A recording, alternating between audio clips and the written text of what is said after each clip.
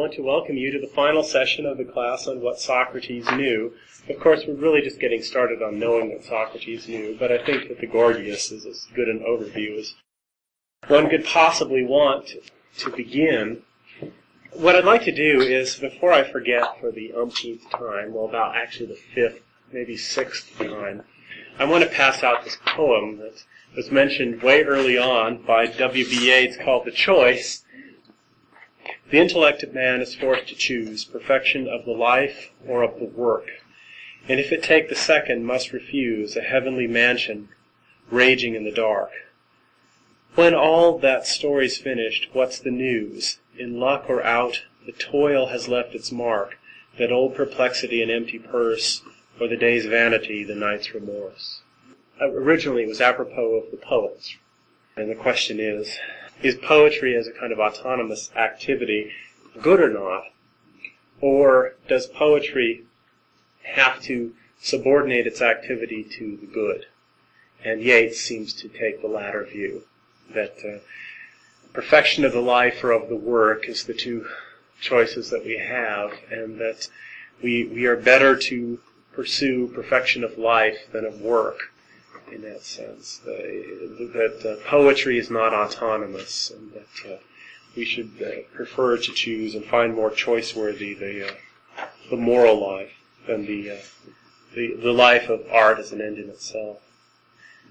Which is, of course, interesting from one of the great artists of the century. Now, I am going to start, a week from today, my next class on the myths of Plato. I hope that many of you, in fact, all of you, will sign up and continue our exploration of what Socrates knew. The myths of Plato deals with two very important dialogues. One is the Timaeus, the other is the Critias.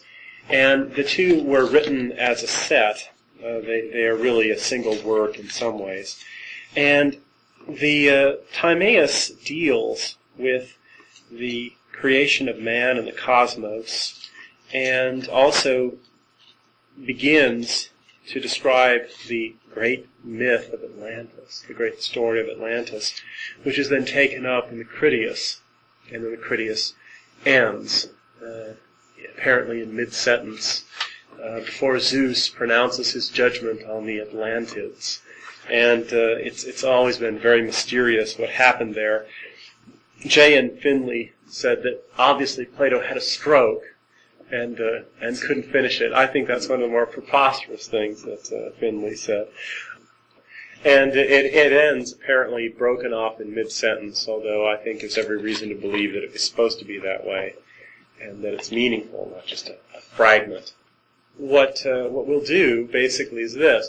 We're going to take these two myths, one the account of the origin of the cosmos and man, the other the account of Atlantis, which is a political myth, and we're going to examine all the possible interpretations of the meanings of these two myths, but also we're going to use this as a way of broaching the issue, what is myth, and what is its relationship to philosophy, Plato's philosophy in particular, and the love of wisdom in general, which is, I think, an enormously important question.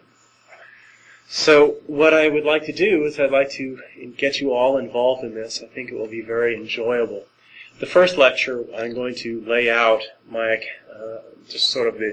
my account of the framework of the dialogue by talking about the different characters involved. There are four characters: Socrates, Timaeus, Hermocrates, and Critias.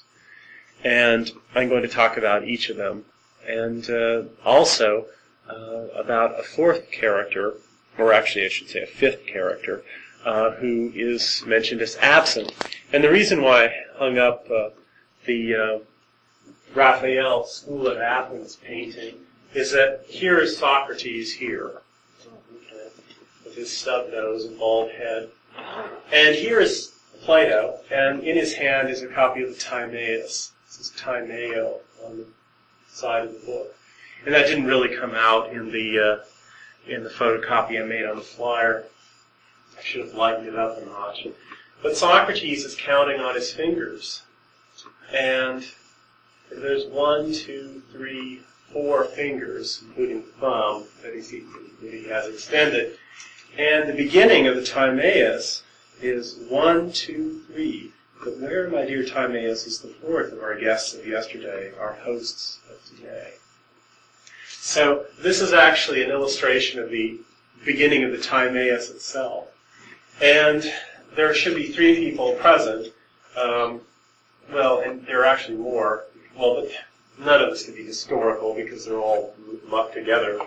But this man, the general, is Hermocrates, who was a great general of Syracuse. And this fellow, this very old guy, might either be Critias or Timaeus himself. I don't know who.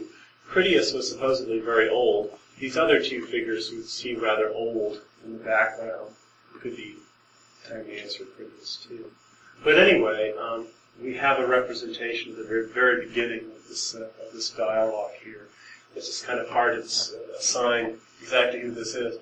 My suspicion is that this has to be Timaeus, because he looks like such an old sage with his odd little hat on. And whoever this young fellow is an open question, although the argument I'm going to make is that the absent 4th person was the handsome Alcibiades. Who knows? Maybe Raphael had the same interpretation that I do, and this is supposed to be Alcibiades. So anyway, this is a wonderful painting. This is Heraclitus writing his little aphorisms down here.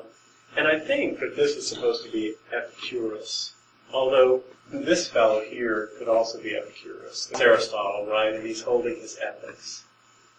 And this is why Plato's hand is pointing towards the heavens, because the Timaeus deals with the cosmos, the order of the world whole, the origin of the world whole, whereas the ethics deals with life on earth, and Aristotle has his hand extended sort of flat over the earth as opposed to up towards the heavens. And the 2 are in nice harmony with one another. And I think that really the implication is their stances seem rather harmonious, that the 2 together sort of form a whole. The Platonic cosmology and the Aristotelian ethics form a whole. I wish I knew the identities or the intended identities of a lot of these other figures. Clearly they're supposed to represent Greek philosophers. That could very well be a woman too, although there are a lot of long-haired men. Yes, I know. Yeah, so it's hard to tell. But that's clearly a woman. And who she's supposed to represent, I don't know. Yeah, anyway, it would be very interesting to know the identities or intended identities of all of these figures. And who knows, maybe there's some source that I could find that will explain all that. Now, what I'd like to do is wrap everything up. And the end of the Gorgias really rises to great rhetorical peaks. Socrates is at his most eloquent and persuasive here. And it's really magnificent. So let's go to page 107. It was sort of hard for me to decide where to leave off, or where to break between tonight's session and last week's session. So I'm just going to sort of repeat. I'm going to straddle the divide, actually. At the bottom of page 107, just above where it says 509D, Socrates raises the question about how to avoid doing and suffering injustice. I'll just read. Then of these 2, doing injustice and suffering it, we assert that doing injustice is the greater evil, suffering injustice the lesser. By preparing what, then, would a human being help himself so as to have both of these benefits, that of not doing injustice and that of not suffering injustice? Is it a power, he says, or a wish that insulates us, ensures us against doing and suffering injustice? Now, this is an odd claim.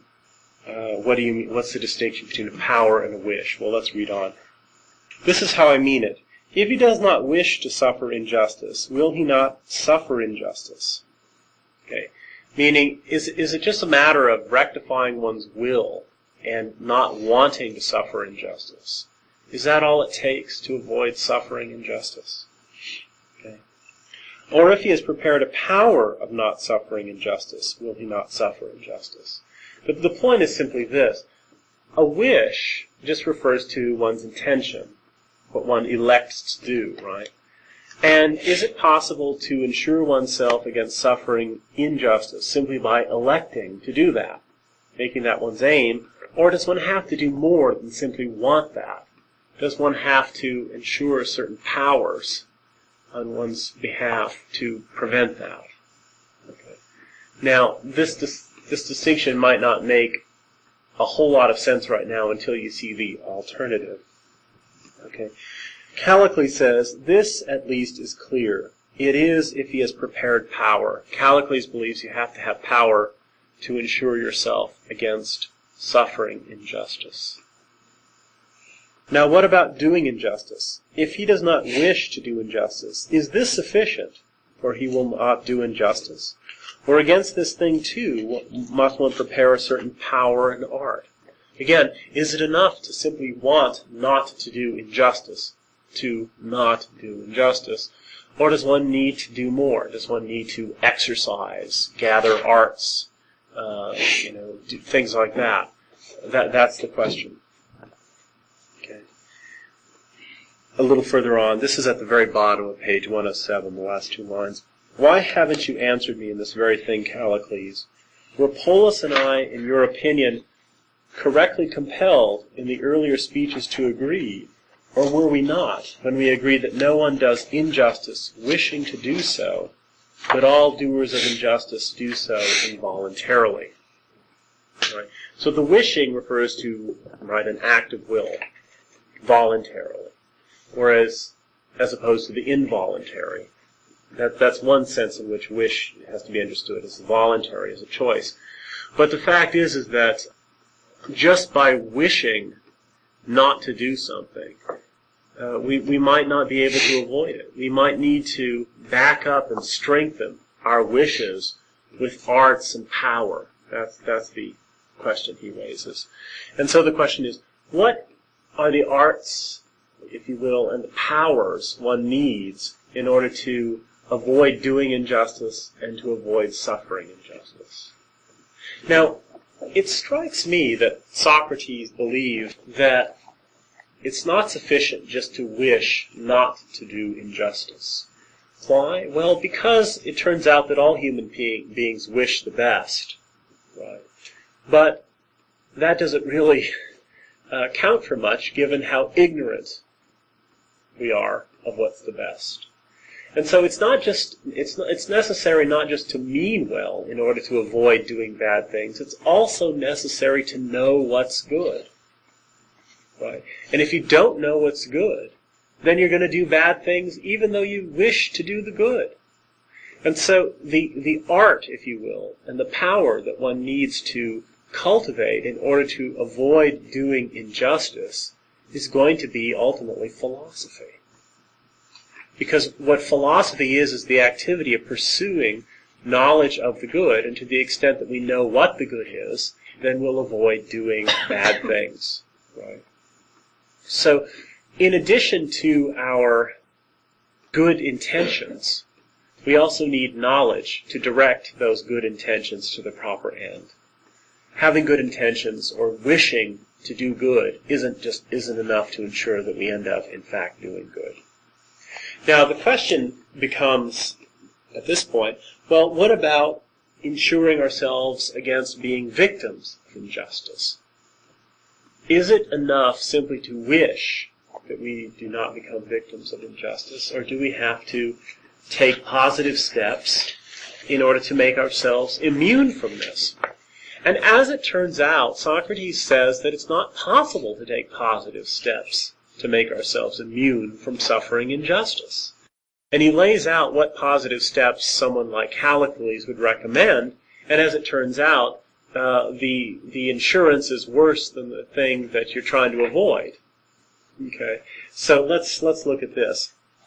This is at the top of 108, below where it says 510a. Socrates says, one must therefore prepare a certain power and art against this too, as it would seem, in order that we not do injustice. Meaning, he's saying we have to have a power and art against doing injustice, certainly. Socrates says, what in the world, then, is the art for the preparation of suffering no injustice, or as little as possible? Examine if it seems to you what it does to me. For to me it seems to be the following. One must either rule in the city oneself, or even rule as tyrant, or else be a comrade of the existing regime. These are the only ways of ensuring yourself against suffering injustice, to be a tyrant or their friends. But then the question is, well, Callicles, what is the basis of friendship between two men? Isn't it likeness between them? Like attracts like. So if you're going to become friends with a tyrant, you can't be a better man than the tyrant, because he'll resent you. And you can't be an inferior man, because he'll look down on you and treat you badly. You have to be pretty much like the tyrant. You have to be an equal to them. Okay? And how do you become that way? Well, at the top of 109, he says, of the friend of the tyrant, that is only that man who, being of the same character and praising and blaming the same things, is willing to be ruled and to be submissive to the ruler. This man will have great power in that city. To this man no one will rejoice to do injustice. Isn't this how it is? Right. If you're very like the tyrant, if you praise and blame the same things and you're willing to submit to the tyrant's demands, then you will enjoy power. And no one will be able to do injustice to you with impunity. And that's the insurance policy, to prevent you from being treated unjustly. He goes on, then if some one of the young in that city thought, in what way might I have great power, and no one might do me an injustice? This, it would seem, is the path for him, immediately from youth to accustom himself to rejoice and to be distressed at the same things as the master, and to make preparations so to be as much as possible like that man. Isn't it so? We have to start out very young trying to make ourselves as much like the man, right, the guy who's in charge. And he says at the center of the page, will not doing injustice then be accomplished too? Or far from it, if he is like the ruler who is unjust, and if he has great power alongside this man, wholly to the contrary, I think, at any rate, in this way, his preparation will be aimed at being able to do as much injustice as possible and not to pay the just penalty when he does it, won't it? This is how we have to, get in good with the powers that be. And then he sums it up where it says 5:11a. So then, the greatest evil will befall him when he is degenerate and maimed in his soul through imitation of the master and through power. And now the question is this really worth it? To insure oneself against being a victim of injustice. The question is, what does it profit you to gain the whole world if you lose your soul? You could put it that way. And this is exact Socrates' view. Does it profit you to become safe in this world if you have to lose your soul to become safe? And then what he does is he goes on and he talks about the idea of self-preservation. And he has a rather lofty contempt for self-preservation. And indeed, he thinks that being too concerned with self-preservation is a sign of slavishness and a lack of nobility. Socrates, at the bottom, where it says 5:11b, he says, I know, good Callicles, unless I'm deaf. He's anticipating Callicles' objections. Since I hear you and just now, Polus, many times, and almost all others in the city, but you now hear from me that he will kill, namely the unjust man, will kill if he wishes, but it will be a base man killing a noble and good man.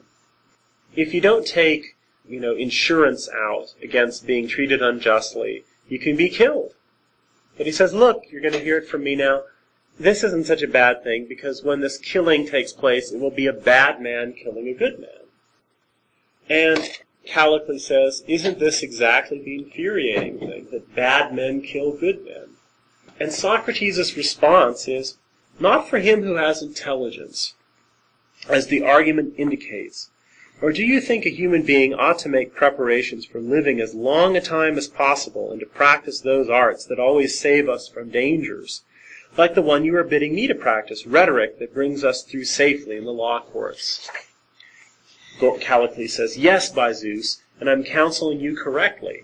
You should avail yourself of all the arts of self-preservation. What about this, you best of men? Does the science of swimming seem to you to be an august one? No, by Zeus, not to me at any rate. Why is swimming not august? Well, swimmers and, lifeguards and so forth save people who are drowning, right, if you fall into the sea or any other body of fluid. And what about the pilot's art? Don't pilots of ships save people from disaster by avoiding the rocks, right, and steering them safely across the oceans to port? Is that an august art? No. And the pilots don't think it's an august art. They take their obols or their drachmae, in payment, and just go about their business, right? They don't pride and plume themselves and treat themselves as really special and as being the practitioners of the most august art. And Socrates, at the center of 110, talks about this, and it's really quite nicely put. He says, and the man himself, who has the art of piloting ships, and has accomplished these things, stepping off alongside the sea in the ship, walks around with a modest bearing. For he knows, I think, how to calculate that it is unclear which ones of those sailing with him he has benefited by not letting them be thrown into the sea, and which ones he has harmed by not letting them be thrown into the sea. Okay? Knowing that he disembarked them no better than what they were like when they embarked in respect to either their bodies or their souls. He therefore calculates thus: if someone possessed by great and incurable sickness of the body has not drowned, this man is wretched not to have died, and has received no benefit from him. It therefore cannot be that, if someone has many incurable sicknesses, and what is held in higher honor than the body, the soul, this man should live, and that he, the pilot, will help him by saving him either from the sea, or from a law court, or from any other place whatsoever. Rather, he knows that it is not better for the degenerate human being to live, for he must necessarily live badly. So he's saying, look, the arts of self-preservation are not that noble. Why? Because they're indifferent to the question whether or not particular selves should be preserved. And Socrates is very cold here. He's saying, look, some people are better off dying. Right? When the ambulance people come and take somebody away, this is an example that's just sort of ghastly. The grandfather of a friend of mine was in his 80s, and he was senile and pretty much gone as a person. And he had a heart attack. Right. Now, one would think, okay, it's time for him to go. Right? This is not such a bad thing. We all have to die sometime, and he's way out of it. Well, her mother, who was there when he started having the heart attack, immediately panicked. And it wasn't so much that she didn't think that it would be better for him to go at this point. She just didn't want it to happen in her house. She was very superstitious. She is an extremely superstitious woman. She consults with gypsies on a regular basis. Okay. Anyway, so she called the ambulance, and by the time that the ambulance got there, he was pretty much brain dead from the lack of any oxygen, right, to the brain, because his heart had stopped. And so from senility he went to brain death, and then he stayed alive in the hospital for a very long time, and basically, consumed every last bit of resource that, the man had. And clearly one would have to say, look, the art that saved this man's life was not a particularly noble art, because it was completely indifferent to whether or not it would have been better or worse for him to have died at that point. Right? And so simple preservation of life is not necessarily a good thing. It's only a good thing if the life is somehow worth preserving. And Socrates is saying if a person is terminally ill, right, and somebody keeps them alive by preventing them from falling into the ocean or whatever, or preventing them from, having that heart attack, well, it's not necessarily a good thing. The art of self-preservation or life preservation is only a good thing if the life is really worth preserving. And, of course, the people with the ambulance and the doctors don't make that decision, and nor should they. Right? It's good that they just sort of... I would feel much safer, and I think it's good that the medical profession pursues zealously the preservation of the lives of patients. But at the same time, it's not necessarily the best thing to do. But maybe that shouldn't be the decision of the paramedic. Okay? I wouldn't want that decision to be put in their hands. Not every life is worth preserving. That's the sense here. Now, I don't think it's prudent to allow somebody else to make those sorts of decisions for people, right? Certainly people with pecuniary interests in emptying out hospital beds or not paying insurance payments. I mean, that's a prescription for disaster. But the fact is, there's some truth to this claim. And Socrates is saying, look, the life at any cost isn't worth living. It's only a good life that's worth living. Okay? That's his argument. And he goes on and talks about engineers and generals and other people who do things that help prolong life. And then on the middle of 111, he says, Callicles, you have disdain for these people, these engineers and generals and pilots and lifeguards and so forth, but on what basis do you disdain them? Because really all you're recommending rhetoric as is an art of life-saving. Right? It's indifferent to the question whether life is good or bad. So he says, just above the center of 111, yet on the basis of the things for which you praise your own affairs, by what just argument do you despise the engineer and the others of whom I was just speaking now? I know that you would say you are better and a better ancestry, but if the better is not what I say, but virtue is simply this, saving oneself and one's own property, of whatever sort one happens to be, your blame of the engineer, of the doctor, and of all the other arts that have been produced for the sake of saving us becomes ridiculous. But you, blessed man, see if the noble and the good are not something other than saving and being saved. There's a difference between the noble and the good and mere self-preservation. Okay, that's what he's saying. For the true man, at any rate, must reject living any amount of time whatsoever, and must not be a lover of life. It's an extraordinary thing to say. Rather, turning over what concerns these things to the God, and believing, the women saying, that no man may escape his destiny, he must investigate what comes after this, in what way he who is going to live for a time live best. That's the issue, right? He's saying, look, there are all kinds of arts to help us prolong our lives. But there's something ignoble about focusing all one's attention simply on the prolongation of life. For one thing, you're never going to win that game. Right? You're never going to make yourself immortal. You might stretch things out longer, but it's not like it's a game that you can win. Ultimately, he says, you should just give these things over to the gods and trust the saying of the women, namely, that no one escapes their own destiny. There's a recognition of the limitations of human striving for control over nature and human techniques for extending life. Okay. Which is true. There are limits.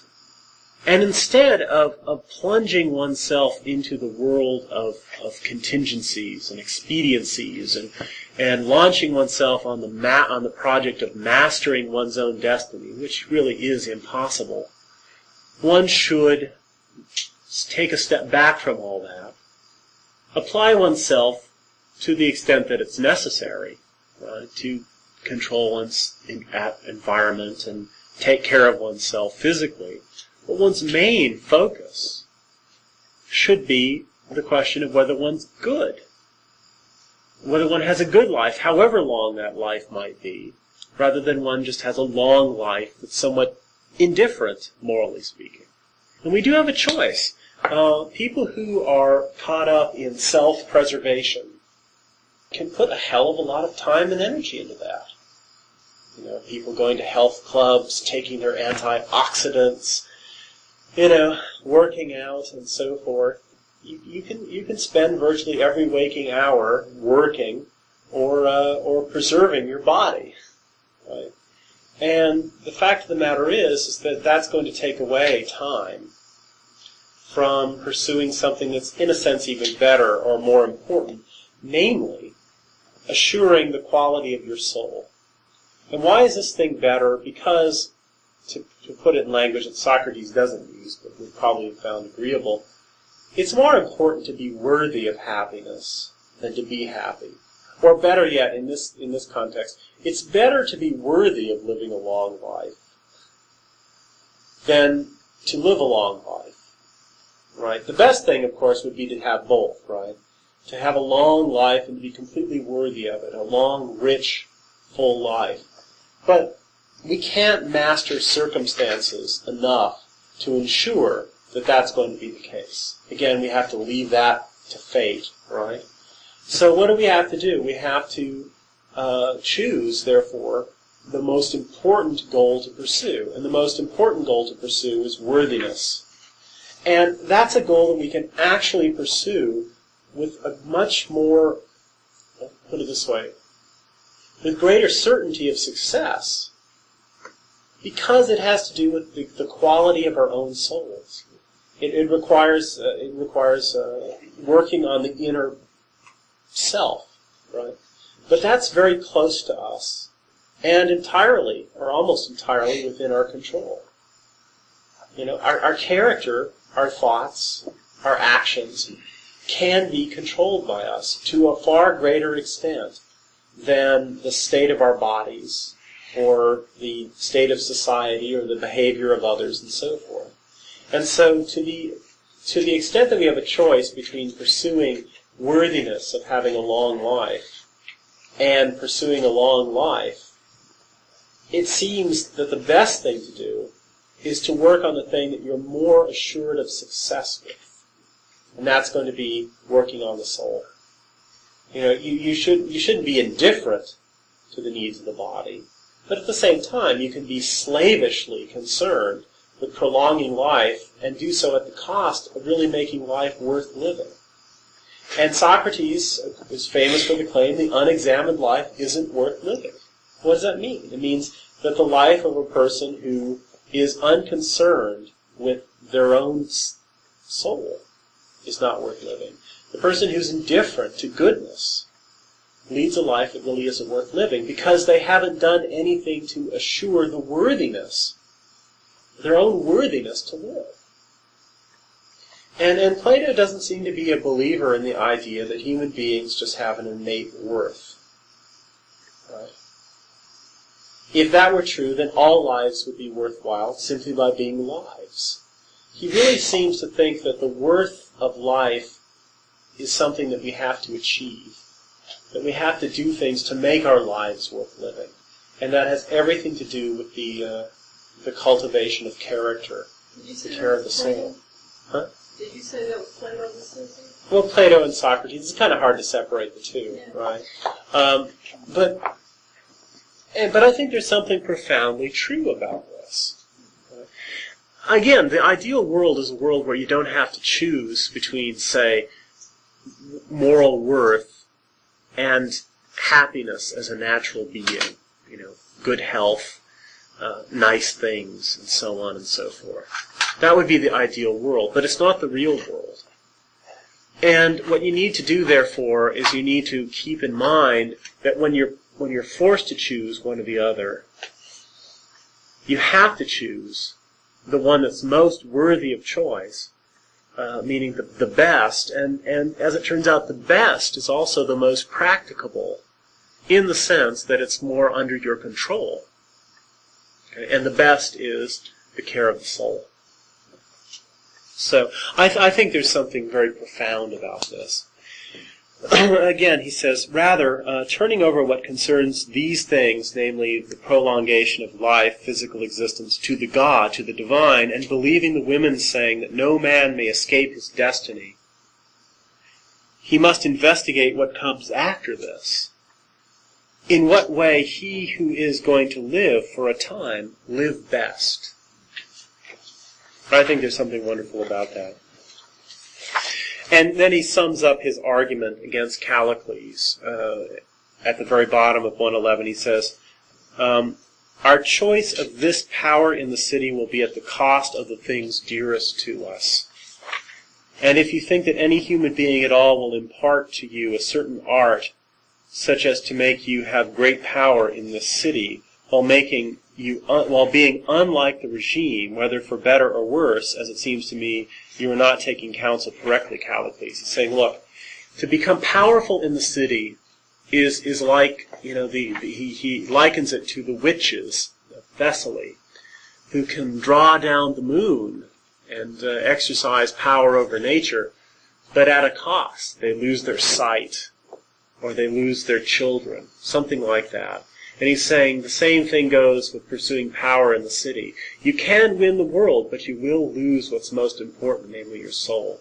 And that's not a good deal. And anyone who says you can have your cake and eat it too, that you can become powerful in a city without being like it, is telling you a lie.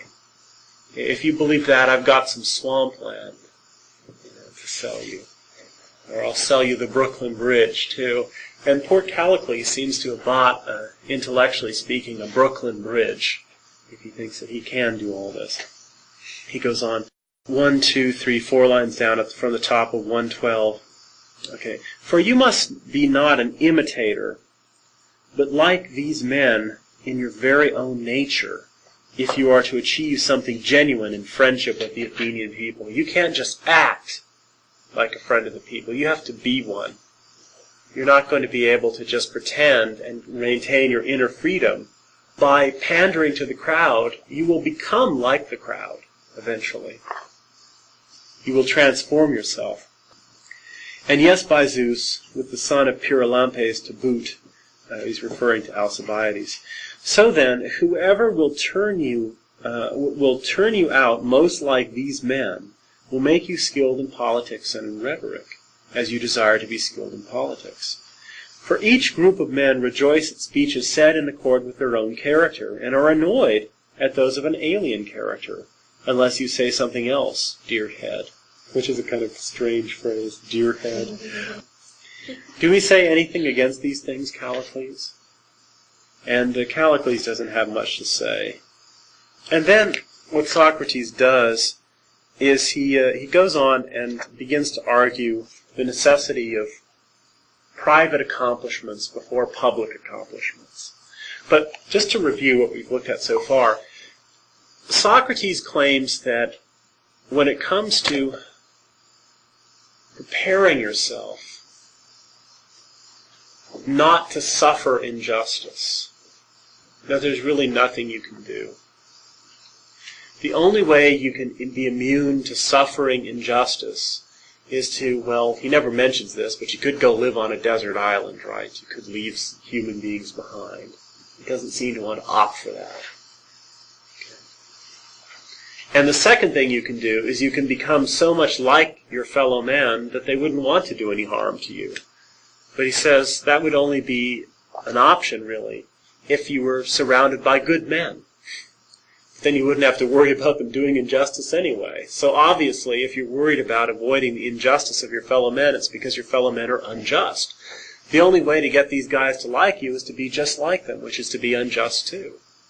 There is no insurance, therefore, that's worth the price against being treated unjustly by unjust men. Right? Because it's better to suffer injustice than to do it, right?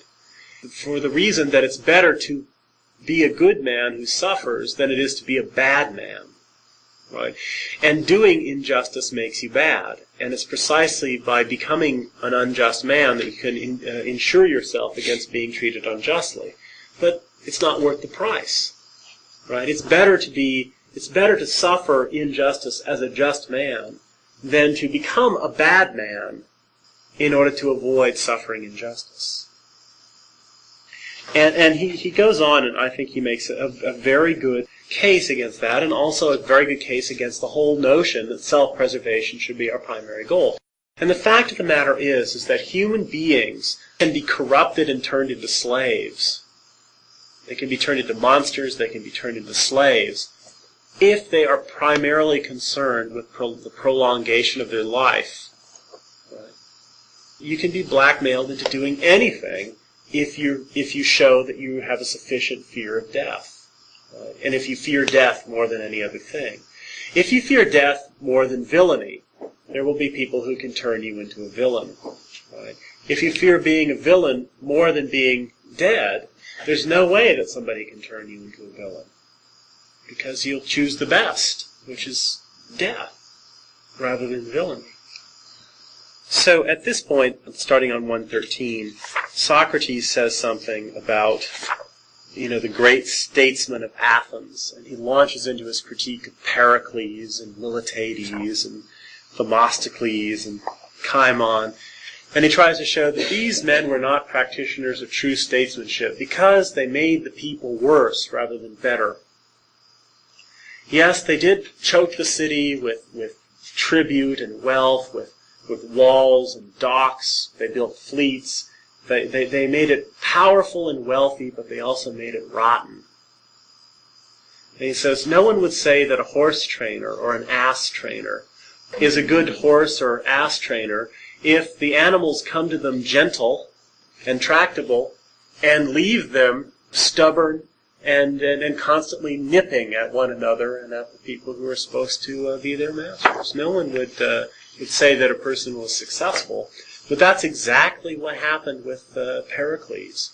He ruled for a very long time, but he was overthrown by his own people eventually because of the basest and most petty of motives. He didn't make them better, he made them worse. And so is the claim with all the other great statesmen of Athens' peak. They left the people worse than they were before, and the clearest example of that is that all of these people saw the people turn against them at the end of their political careers. And if that's not a sign of failure, I don't know what else is. No one would be claimed a good dog trainer if they got a dog and by the time they were done, the dog was biting them. You take a gentle puppy and turn it into a bloodthirsty cur, that's not the sign of a good trainer.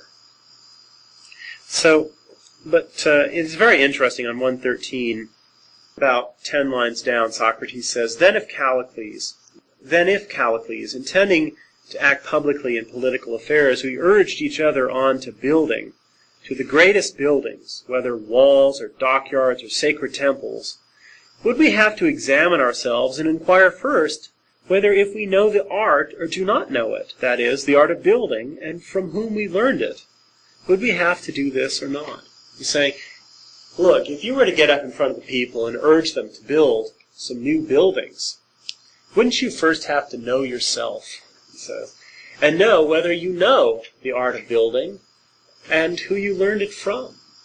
Because if you don't know this art, right, you don't know where you got your ideas about this, then you're not qualified to teach. And he goes on and says, what if a person were to say to you, well, Callicles, have you ever built anything privately? You're proposing to build on a grand scale publicly. So what have you built privately? Have you built anything? Have you done anything in your private life that would seem to qualify you to advise the public on building affairs? And the answer, of course, is no. It's done nothing like that. Well, isn't that preposterous and absurd? And then he goes on to page 114 where it says 515a. He moves to the political example, right? Socrates says, Now then, Callicles, you best of men, Since you are yourself just now beginning to do the city's business and urge me on and reproach me for not doing it, shall we not examine each other? Well then, has Callicles yet made any one of the citizens better? Is there someone who was base before, unjust, intemperate, and foolish, who has become noble and good because of Callicles, whether foreigner or townsman, slave or free? Tell me, if someone questions you closely about these things, Callicles, what will you say? What human being will you say you have made better through intercourse with you? Or do you shrink from answering, if indeed there is some work of yours, while you are still a private man before you put your hand to public practice? It's a great question. It relates to the question about ruling yourself versus ruling others. You want to rule others. Okay, well, have you ruled yourself first? You say you can improve other people. Okay, well, have you improved yourself? Or any person in the private sphere of your life? Is there anybody you can list who's become a better human being through interacting with you? If not, what qualifies you to step into the role of a leader and try and improve people on a grand scale? It's appalling how many politicians, right, claim that they will do good for the society, but if you look at themselves or at the people around them, you don't find examples of human excellence. In fact, you find crooks and scoundrels. Right? If a person manages, either by corrupting the people around him or simply by choosing badly, to be always surrounded by crooks and scoundrels, then how can they claim to make others better in the political realm? You have to look at the individual and you have to look at their friends and their interactions first before they can be seen as worthy of engaging in political life. Jung never really amounted to much as a psychologist or a psychological theorist until he went crazy.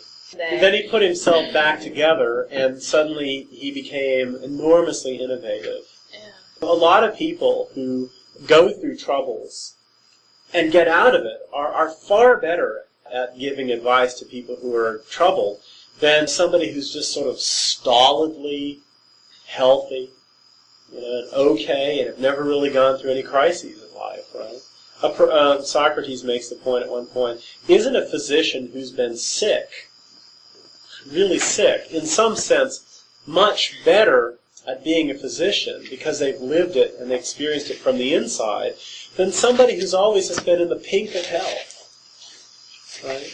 And there's some truth to that. Yeah, so, I mean, in a way, if he's got problems, it can be an advantage, but only if he confronts them and gets to the other side, right? Exactly. I'm something of a misanthrope.